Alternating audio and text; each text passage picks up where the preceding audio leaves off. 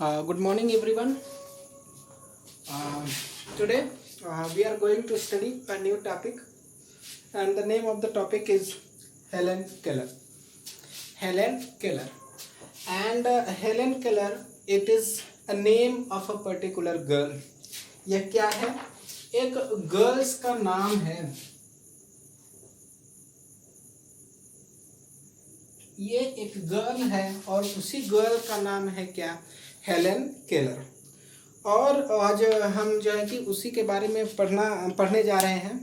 So basically before going to start this topic I want to say something about this girl, this child. Actually this child is a special child. Special child किसे कहते हैं? Special child का मतलब होता है कि ऐसे child जो है कि सामान्य बच्चों की तरह नहीं रह पाते, उनके अंदर जो है कि कोई जो है कि कमी होती है. जैसे हो सकता है वो बच्चा अच्छे से देख ना पा रहा हो, अच्छे से चल ना पा रहा हो, अच्छे से सुन नहीं पा रहा हो. तो जो इस तरह के बच्चे होते हैं ना, उन्हें हम क्या कहते हैं? Special child. तो हेलन केलर क्या है? एक स्पेशल चाइल्ड है या स्पेशल गर्ल है. हम इसे कह सकते हैं कि स्पेशल चाइल्ड, यह जो है कि एक स्पेशल चाइल्ड है. Okay, so now I am going to read this lesson by line by line, and you also open your book and read with me line by line. आप भी अपनी book खोल लेंगे और मेरे साथ जो है कि लाइन टू लाइन पढ़ेंगे. हम कोशिश करेंगे कि आज जो है कि इस वीडियो में कम से कम आधा जो हमारा टॉपिक है उसको वो आधा पूरा हो जाए. हम उसको आधा कवर करने की कोशिश करेंगे. ठीक है. So now we are going to start the book reading, और in this book reading you also open your book. अपनी भी बुक खोल लेनी है. So the topic is Helen Keller. As you can see here it is written Helen Keller, and the first line is, it was the summer of 1880. It was the summer of 1880. A healthy baby girl was born in a small town in Alabama. Alabama एक शहर है. Alabama क्या है? एक शहर है. और यह शहर कहाँ में है? यूएस में. अल्बामा यूएसए का एक स्टेट है. You can say it is a state. Okay, Alabama, sorry, that is Alabama. So इस स्टेट में रहने वाली एक छोटी सी बच्ची है जिसका नाम है हेलन केलर. पहली लाइन कहता है, it was the summer of 1880. A healthy baby girl was born in a small town in Alabama. Her parents loved her dearly and named her Helen Keller. अब हम इसका एक्सप्लेनेशन देखेंगे. पहले हिंदी में देख लेते हैं. It was the summer of 1818. समय क्या है? टाइम बताया गया है पहली लाइन में कि समर का मौसम है और सन है 1880, 1880. 1880 का टाइम है और ये गर्मियों का मौसम है. अ हेल्दी बेबी गर्ल, एक हेल्दी, यहाँ पर एक शब्द आया है कि हेलन केलर जब बॉर्न होती है, कब? जब वह बॉर्न होती है तो एक हेल्दी गर्ल होती है. हेल्दी का मतलब एक जो है कि नॉर्मल गर्ल होती है. जब पैदा होती है तो वो क्या होती है? एक सामान्य सी बच्ची होती है, जैसा सारे बच्चे होते हैं. वो देख सकती है, सुन सकती है. तो इस तरह की सिचुएशन में वो पैदा होती है. जब पैदा होती है तो वह सामान्य होती है, लेकिन इसके बाद ऐसा क्या होता है कि वह एक स्पेशल चाइल्ड बन जाती है, एक विशेष बच्ची बन जाती है. इसके बारे में हम आगे पढ़ेंगे. कह रहा है कि अ हेल्दी बेबी गर्ल, एक स्वस्थ बच्ची पैदा हुई. कहाँ? In a small town in Alabama. Alabama के किसी छोटे से टाउन में, कस्बे में, एक छोटे से टाउन में जो है कि अल्बामा के एक छोटी सी बच्ची पैदा हुई. हर पेरेंट्स लव्ड हर डियरली. एक वर्ड आया है यहाँ पर, डियरली.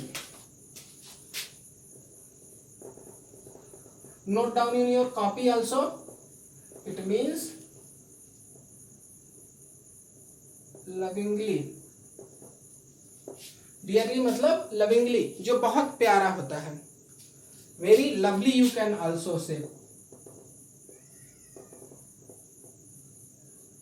यू कैन से आल्सो वेरी लवली। तो उसके पेरेंट्स उसे बहुत प्यार करते हैं, हर पेरेंट्स लव्ड हर, उसके जो पेरेंट्स हैं उसको बहुत प्यार करते हैं। And named her Helen Keller, और उसका नाम उन लोग रखते हैं क्या, हेलन केलर। बेबी का नाम जो है कि क्या रखा जाता है, Helen Keller. Next, but one day the baby become ill and day after day her fever stayed high. अब सिचुएशन कुछ सामान्य सी नहीं है। अभी तक जब बच्ची पैदा हुई थी तो सिचुएशन क्या था, सामान्य था, बच्ची सामान्य थी। लेकिन अगले लाइन में कह रहा है कि वन डे, एक दिन की बात है, क्या होता है, द बेबी बिकम इल, जो छोटी सी बच्ची है वो क्या हो जाती है, इल हो जाती है, इल हो जाती है, यू कैन से सिक आल्सो। बेबी जो है कि बीमार हो जाती है। एंड डे आफ्टर डे, दिन ब दिन, जैसे एक दिन के बाद दूसरा दिन, जैसे जैसे दिन बीतते हैं क्या होता है, हर फीवर स्टेड हाई, उसका जो फीवर है, इल का मतलब यहाँ पर फीवर से है, फीवर का मतलब भी इल ही होता है। तो कह रहा है कि उसका जो फीवर है वो बढ़ता ही जा रहा है, बढ़ता ही चला जा रहा है, पर कैसे, दिन ब दिन, एक दिन जैसे जैसे दिन बीत रहे हैं उस वैसे वैसे उसका जो है कि फीवर बढ़ता जा रहा है। Everyone in the family tried to help her to get better.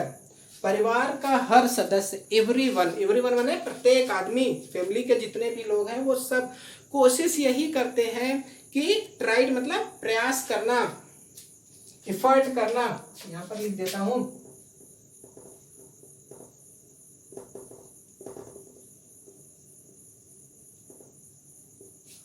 कोशिश करना, एफर्ट करना, लोग एफर्ट करते हैं, फैमिली के जितने भी लोग हैं वो ट्राई करते हैं क्या, कि वो जो है कि बेटर हो जाए, बेटर माने अच्छी हो जाए, ठीक हो जाए, उसको ठीक करने की कोशिश कर रहे हैं।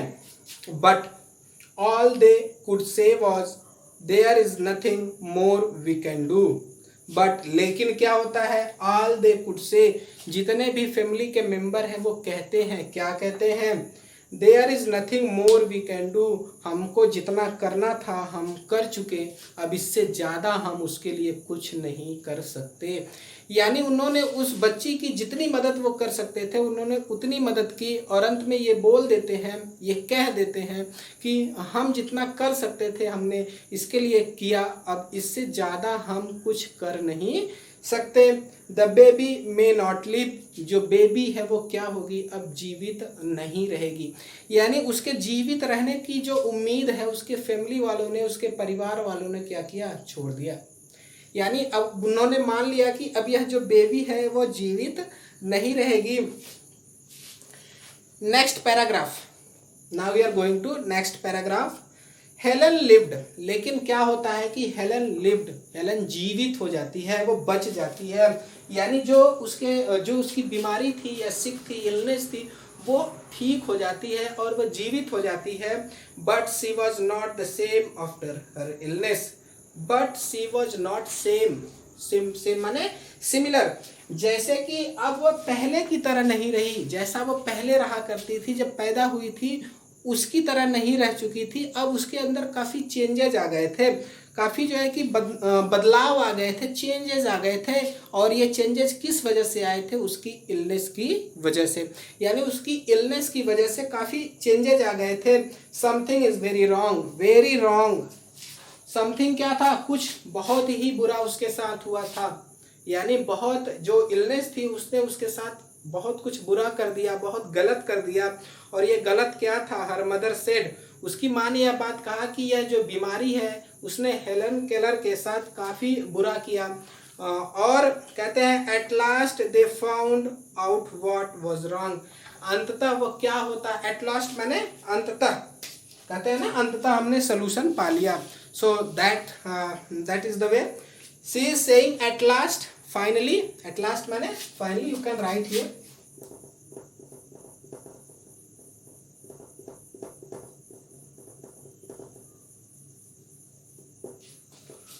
एट लास्ट क्या होता है कि वो समझ जाते हैं कि बच्चे के अंदर वो कौन सी चेंजेस आए।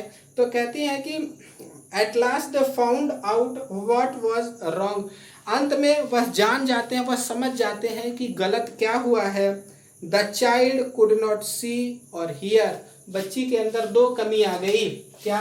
पहली कमी यह है वीकनेस कि वह अब जो है कि हियर नहीं कर सकती, यानी अब वह सुन नहीं सकती। और दूसरा क्या है? वह दूसरा क्या है? कहते हैं कि दूसरा है सी, यानी अब वह देख नहीं सकती। यानी अब हेलन केलर जो पैदा होते वक्त सामान्य थी, अब उसके अंदर ये दो कमियां आ गई।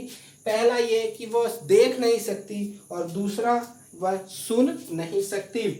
यानी अब वह क्या बन गई? मैंने कहा अब वह क्या बन गई? अब वह स्पेशल चाइल्ड बन गई। यह लड़की क्या बन गई?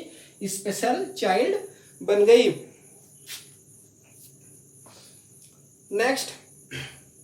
Next paragraph, the baby grew into a little girl. अब बेबी बड़ी हुई, हेलन केलर बड़ी हुई, छोटी सी बच्ची बन गई। अब जो बेबी थी अब वो लिटिल गर्ल बन गई, छोटी लड़की बन गई। Her parents felt sorry for her. Sorry का मतलब यहां से क्या होता है? सैडनेस। यहां सॉरी का मतलब क्या है? They are feeling very sad, या you can say very sad, not only sad.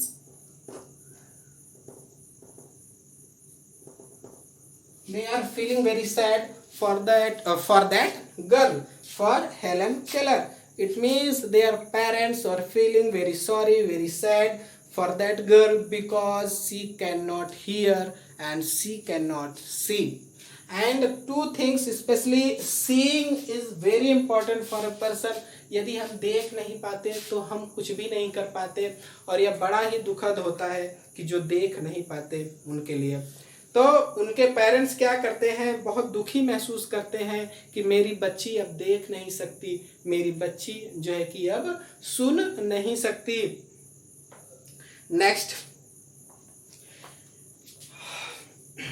Helen often cried and held on to her mother. Held मतलब यहाँ सेड, हेल्ड का मतलब said, said you can write also.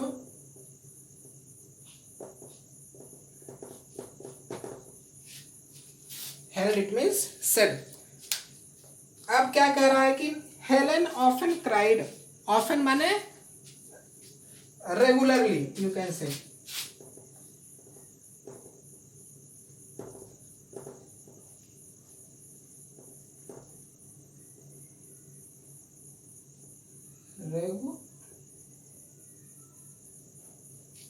Regularly, that is you,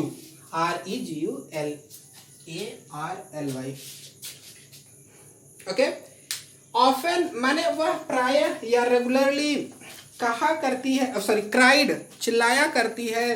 cried मतलब weep करना, रोना, you can understand. Cried it means weep. तो Helen जो है कि प्रायः रोया करती है। And held on to her mother, अपनी माँ से कहा करती है, अपनी माँ से बार बार वह कहा करती है या रोया करती है। और क्या कहती है? Give the poor child what she want. कहती है कि इस बेचारी बच्ची को क्या करना है? कहते give the poor child what she want her father would say. यानी हेलन केलर क्या करती है? बार बार जो है कि वह चिल्लाया करती है, रोया करती है।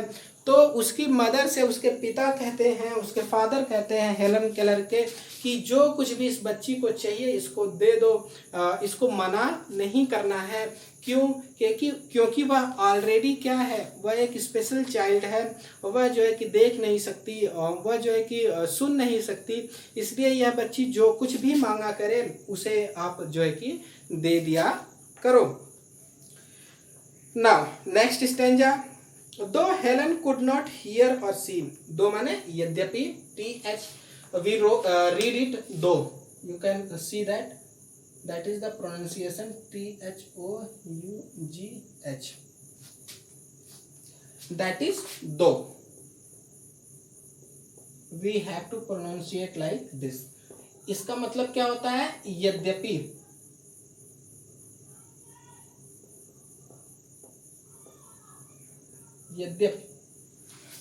यद्यपि हेलन कुड नॉट हियर और सी, यद्यपि हेलन क्या करती है, ना तो सुन सकती है और ना ही देख सकती है। She was a bright little girl, लेकिन फिर भी क्या थी वह, एक ब्राइट लिटिल गर्ल। ब्राइट मतलब जो दिमाग से तेज होते हैं उन्हें हम ब्राइट कहते हैं। हम कहते हैं ना कि ये बच्चा ब्राइट स्टूडेंट है, यानी वो पढ़ने में तेज है। तो क्या कह रही है कि वो बहुत ब्राइट है, सीख लेती है चीज़ों को बहुत तेजी से। जो बच्चे देख नहीं पाते या सुन नहीं पाते, उनके अंदर एक कोई विशेष क्वालिटी होती है। कोई बच्चा अच्छा गा लेता है, कोई बच्चा जो है कि मतलब अच्छा काम, कोई स्पेशल होता है जो उसके अंदर स्पेशल क्वालिटी होती है। कोई आर्ट अच्छा बनाता है, कोई जो है कि कोई इंस्ट्रूमेंट अच्छे बजाते हैं। तो ऐसे कुछ क्वालिटीज, कुछ गुण होते हैं, और हेलन के अंदर यह गुण है कि वह चीज़ों को बहुत अच्छे से समझ सकती है। Okay, then some people thought Helen could not learn anything. कुछ लोगों का मानना है कि हेलन कुछ नहीं सीख सकती। क्यों? क्योंकि वह देख नहीं सकती, सुन नहीं सकती, इसका मतलब कि वह कुछ सीख नहीं सकती, ऐसा कुछ लोग सोचते हैं। क्यों? क्योंकि सोसाइटी में बहुत सारे लोग होते हैं। कुछ लोगों का ये मानना है कि जब बच्ची देख नहीं सकती, सुन नहीं सकती, so she can not learn anything, वह कुछ भी सीख नहीं सकती। Next line, her mother did not agree, लेकिन उसकी माँ इससे सहमत नहीं है। यानी जो लोग कहते हैं कि हेलन केलर कुछ सीख नहीं सकती, इस बात से उसकी माँ एग्री नहीं करती है, वो सहमत नहीं है। Helen is very smart. Helen कैसी है? वो बहुत ही स्मार्ट है, बहुत ही समझदार है, बहुत ही चालाक है, एक तरीके से कह सकते हैं। तो स्मार्ट मतलब जो ऐसे बच्चे जो चीज़ों को तेज़ी से सीख ले, तेज़ी से जान ले हर चीज़ को। So Helen is like that girl. वह चीज़ों को तेज़ी से सीखने की कोशिश करती है। कोई चीज़ उसको बताई जाती है तो वह तेज़ी से उसको सीख लेती है, कैप्चर कर लेती है। So like that she said, added, the problem is how can we reach her। उसकी माँ कहती है कि हेलन कैसी है, बहुत ही एक स्मार्ट गर्ल है, और उसके आगे एक वाक्य और जोड़ती है हेलन के लिए। कहती है कि प्रॉब्लम तो यह है कि हम यह नहीं जानते कि हम हेलन को कैसे सिखाएं। यानी वो सीख तो लेती है, लेकिन हम उसको कैसे सिखाएं, यह मेरी बात समझ में नहीं आती। हम हेलन को कैसे बताएं कि मतलब ये चीज़ कौन सी है, क्या चीज़ गलत है, क्या सही है। उन चीज़ों को बताने वाला कोई होना चाहिए, यानी उसको बताने के लिए कोई नहीं है। अगर कोई बताने वाला होता तो हेलन उसे अच्छे से समझ सकती है। हम कुछ भी बताते हैं तो हेलन अच्छे से उसे सीख लेती है, लेकिन उसे कोई सिखाने वाला चाहिए। Next, she is locked up inside herself. She is locked, कौन? हेलन। शी यहाँ पर हेलन के लिए आया है। हेलन क्या है कि अपने अंदर से वो लॉक्ड है, वो किसी से मतलब खुल कर बातें नहीं करती, किसी से मिलती नहीं, किसी से जो है कि इंटरेक्शन नहीं करती। एंड इनसाइड हर्सेल्फ, वो अपने यानी वो अपने आप में ही रहती है, अपने आप में ही जीती है। Helen began to grow wild. Wild का मतलब यहाँ पर तेजी से। अब क्या होता है कि हेलन तेजी से जो है कि बढ़ने लगती है, बड़ी होने लगती है। She would not let anyone comb her hair. अब वह क्या करती है कि किसी को भी अपने बालों में कॉम्ब नहीं करने देती, कंघी नहीं करने देती, अपने बालों को संवारने नहीं देती। अर्थात अब वह खुद जो है कि अपने बालों में कॉम्ब करती है, अपने बालों को संवारती है। That is her cloth, turn the page. उसके जो कपड़े हैं कैसे हैं? Were always dirty. उसके कपड़े हमेशा कैसे रहते हैं? हमेशा जो है कि ऑलवेज माने हमेशा, तो वो कैसे रहते हैं? डर्टी रहते हैं। सी वॉज ऑफन एंग्री। वह ऑफन माने रेगुलरली, या जो है कि नॉट रेगुलरली वी कैन से प्रायः, बार बार वह गुस्सा करती है। Again and again we can say here. I think here in place of again and again कर दिस। वह बार बार जो है कि क्या करती है? गुस्सा करती है। समटाइम्स सी इवन ले on her floor and kicked her feet. कभी कभी वो क्या करती है कि अपने फ्लोर पर लेट जाती है और अपने पैरों को पटका करती है। कभी होता है ना जो कि जब बच्चे गुस्सा करते हैं तो लेट करके अपने हाथ पैर को पटकते हैं। तो ऐसे ही क्या होता है कि प्राय हेलन जो है कि गुस्सा करती है और जो है कि अपने पैरों को पटका करती है। सो I think that is all for today.